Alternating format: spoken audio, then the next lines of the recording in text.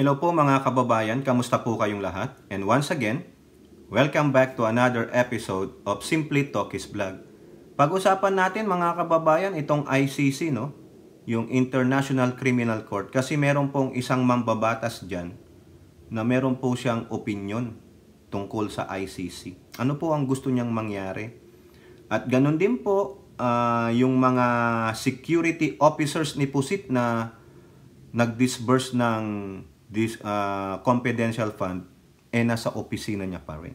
No? Pinatunayan po yan ng AFP. No? At ganun din po, yung mga bata ni Digong, ay mukhang kinasuhan po ng ombudsman. Yari na mga kababayan, dahil po saan? Ito, malalaman nyo mamaya.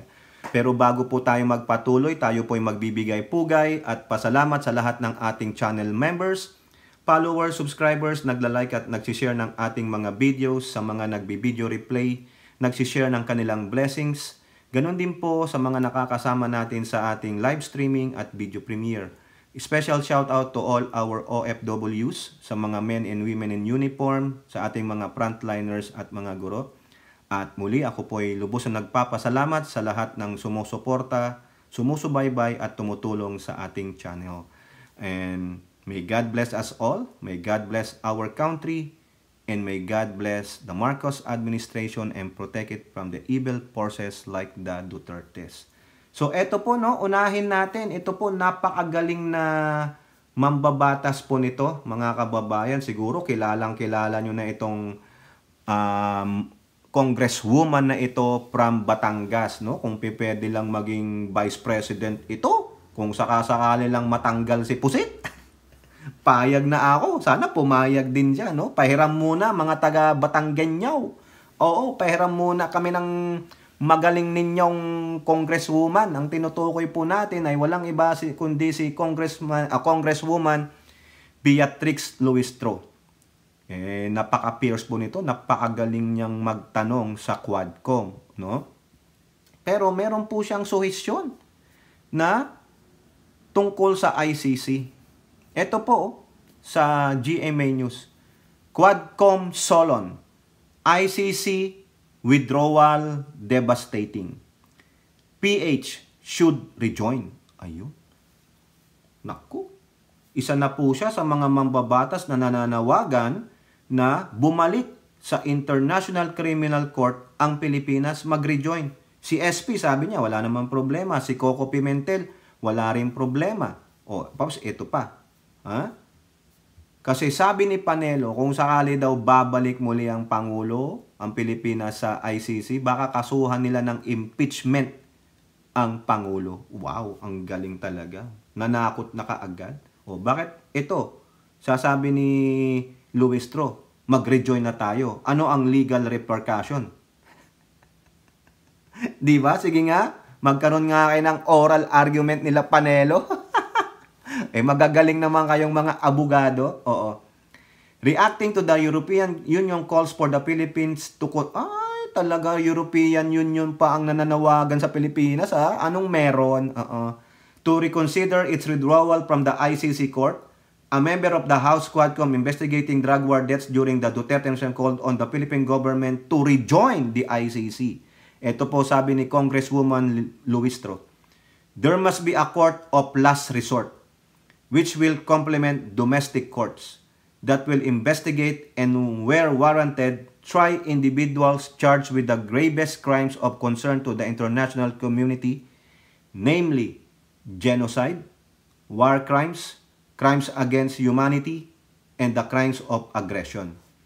As a nation committed to justice and the preservation of human rights and human dignity, it is imperative for the Philippines to take an unqualified position in its membership in the ICC. Sabi pa ni Luistro, argued that ICC conform with the 1987 Philippine Constitution, and as such, the Philippines turning its back on the ICC cast the country in a bad light. O, hindi niya man na sinabi na in a violation of the Constitution nung umalis tayo sa ICC, kasi wala naman yun eh. Di ba? The decision to depart from the Rome Statute in 2019 was a devastating decision. It sent the wrong message to the international community that we were unwilling to uphold the protection and promotion of human rights, which should be inherent to every individual and display the fragility of our democratic institution. Alam nyo naman yung presidente dati, si Digong. He does not respect human rights. Kaya nga siya umalis para hindi siya habulin ng International Criminal Court sa mga gagawin niyang pag-utos niya na ito, ito, di ba? Mautak si Digong eh. Pero sa pagiging mautak niya, di ba, sabi nga nila, ano ba 'yon? Mautak din man ng matching na paglalanlingan din. Ang tama ba 'yon? Nakalimutan ko yung mga ganong idiom eh, no? Kahit na anong utak mo ay lalabas at lalabas din yan, mahahabol ka rin. Walang bahong hindi lumalabas. Oo. The ICC withdrawal, she added, placed the rule of law in the hands of the select few who may not always have good intentions. Correct. Tulad ni Digong. Ano ba intentions ni Digong? To kill his fellow Filipinos? Tatanong lang. Oo. At its core, the withdrawal from the ICC signaled to our people that our government's commitment to international treaties, more importantly to our domestic laws, is malleable. Naku, malleable, yun daw basag. Enough and can be distorted to the whims of a select few. We are a nation of laws, not a nation of men. O, correct nga naman. Sabi rin yan yung ombuds, sabi rin diyan ni, I think meron din sinabi diyan si Chief Justice Gesmundo. Rule of law, not a rule of men. Talaga naman, ang gagaling ng mga abogadong ito, mga kababayan. Nakakabilib no? Itong mga to Pero, minsan, may sapaw din sila. Pero itong si Luistro, believe po tayo dyan. Mahusay po talaga yan, no? Luistro added that rejoining the ICC would reaffirm the Philippines' commitment to international norms and strengthen its legal framework in holding perpetrators of grave crimes accountable regardless of their status, economic standing, or power. I agree po mga kababayan, pero dapat pag-aralan mabuti ng Pangulo at yung kanyang legal team. Kasi yung sinasabi ni Panelo na pag sakaling gawin ng Pangulong Marcos yan, no, yung si Panelo na sabi niya, papal kami ng impeachment. Di ba? Pag pinapasok niya ang ICC o sakaling bumalik siya sa ICC. Yun po yun. Mukhang takutan lang naman Pero yan, legal team. I-oral argument, mga kababayan, para maganda. Maganda nga, public oral argument sila di ba? Payag ba kayo sa ganon? Kayo, payag po ba kayo na tayo ay manumbalik sa ICC? Kasi si Congressman Luistro, sabi niya, i-reconsider nating bumalik para naman pakita natin sa international community na tayo ay nag-a-adhere dyan sa human rights, no? Para mapanagot yung mga tao, mga leader na dinidisregard ang human rights, nagko-commit ng heinous crimes, no? Okay? Punta naman tayo dito sa sinabi ng AFP through their spokesperson, Colonel Padilla. Sabi po dito sa Politico, security officers who received confidential funds still with Sara Duterte. Yung mga security officers, sino yan? Armed Forces of the Philippines spokesperson Colonel Francel Padilla clarified on Friday that the two security officers reportedly received the confidential funds from special disbursing officers of the Office of the Vice President and DepEd remain assigned to the Vice President. Nandun pa rin pala sila. Akala ko ba ni-recall na ito ni AFP Chief Browner? Sabi ni Colonel Padilla sa Bilyonaryo, the AFP is investigating the merits of the issue to determine whether Colonels Dennis Nolasco and Raymond Lachica should be charged. Quote, on the part of the AFP po, we're still looking at the merits and form.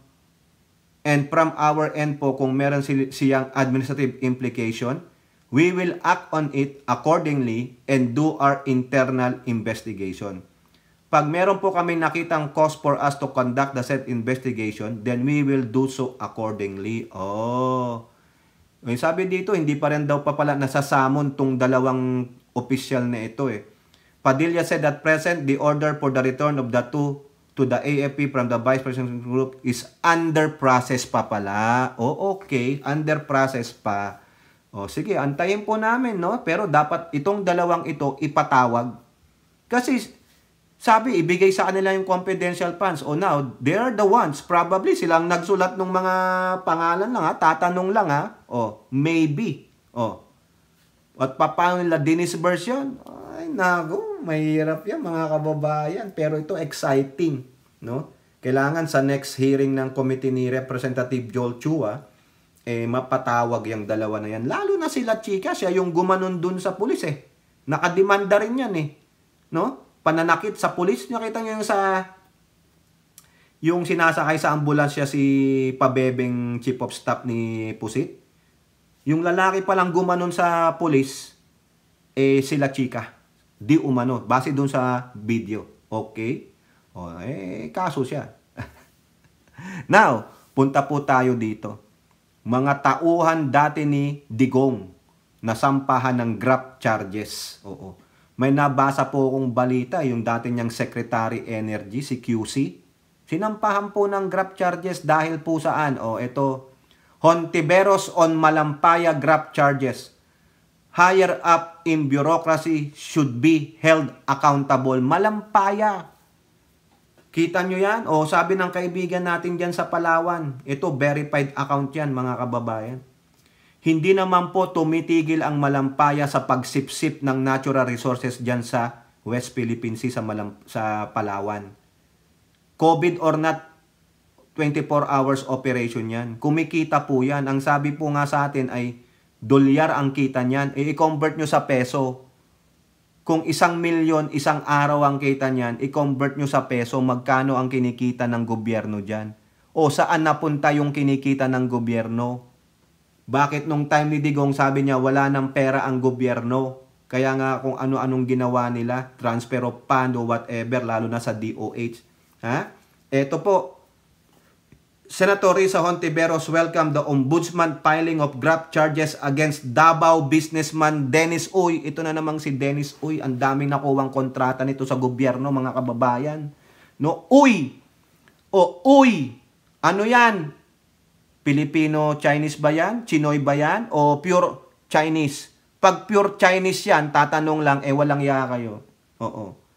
And former Department of Energy Secretary Alfonso Cusi. Ayan po yung sinasabi natin kanina, over the alleged anomalous sale of Malampaya shares. Ayan, patayin na. While welcoming the charges, Hontiveros called for the higher officials to also be held accountable. Bakit kayo nagbenta ng shares ng Malampaya? I welcome the Office of the Ombudsman move to charge former Energy Secretary Alfonso Cusi and 11 others with corruption over the Malampaya deal. Saan ninyo binenta to? But I believe people higher up in the bureaucracy should also be held accountable. Correct, I agree. Sino pa ang nakinabang nung time na ginawa ito ni Cusi at ni Dennis Uy? She said the Ombudsman found anomalies in 2 deals. Dalawa. In 2020, panahon ni Digong, Uy acquired Chevron's 45% stake. Grabe! In Malampaya, and in 2022, the DOE also approved another acquisition for Shell 45% with PEO. Putragis, hindi pala mga gobyerno ang may-ari nito. Puro mga pribado. Paano makikinabang ang sambayan ng Pilipino dyan? Imbis na bumaba ang singil sa kuryente o sa gas, kung ano man ang produkto dyan sa Malampaya, lalo pang tataas mga pribado Di ba? Aray ko. Ano nakukuha ng gobyerno dyan? Kung 45 plus 45, 90% pribado. 10% lang ang gobyerno? Ala na. With PEOC easy maintaining its 10% interest? Ayun lang. Kaya pala, hindi baba ang presyo ng mga gas or kuryente. Tapos dyan sa Palawan, panay pa ang blackout o brownout. Grabe naman mga kababayan. Talagang kayamanan ng Pilipinas. Dapat ang sambayan ng Pilipino ang makikinabang. Dapat may mga subsidiya pa ang mga nandyan sa mga Palawan. Dapat bababa ang presyo ng produkto ng liquefied gas ba yan? O ano man ang produkto dyan? Gasolina?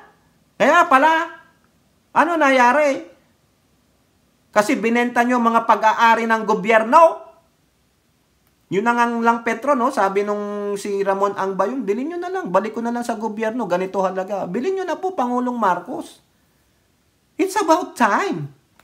Yung mga ibinenta ng mga previous president na pinangalagaan ng tatay mo, kunin mo na para for the public, para sa mamayang Pilipino, makatamasa man tayo ng konting pagbaba ng presyo ng mga basic necessities. Tubig, kuryente, ano pa, gaas. Wala eh. Biruin nyo, meron tayong natural gas, may oil deposits dyan. Ano nangyari? Paano napakinabangan ng mga mamayang Pilipino? Hindi, nagbabayad pa ng napakamahal sa gasolina, sa gaas. Wala talaga. Yung pala, ibinebenta sa mga pribado. She said she expected that the administration of former President Rodrigo Duterte and his successor ensured a smooth handover of the Malaya gas project to their new cronies. Ayan na naman tayo. Madali namang makita ang connection nito dahil sa kabila ng open secret na red flags na nakita at naging maingay noon pa dito mismo sa Senado. In-extend at in-expand pa rin ng Marcos ang Malampaya Project sa ilalim ng SC30 na may karagdagang 15 taon. Ako, Pangulong Marcos, delikado tayo dito. Baka mamaya mabatikos ka dito. Sana naman yung balak mong maghukay palalo dyan sa West Philippine Sea, hindi mga kakilala mong oligarch lang ang makikinabang. Dapat gobyerno na po, hindi po mga pribado. Pwede po ba gobyerno na lang ang mag-manage niyan? Para naman makinabang ang sambayan ng Pilipino. Biruin nyo mga kababayan, ang laki-laki ng binabayaran sa kuryente. Ang daming mga kung ano-anong mga charges ang nakasulat sa bill mo.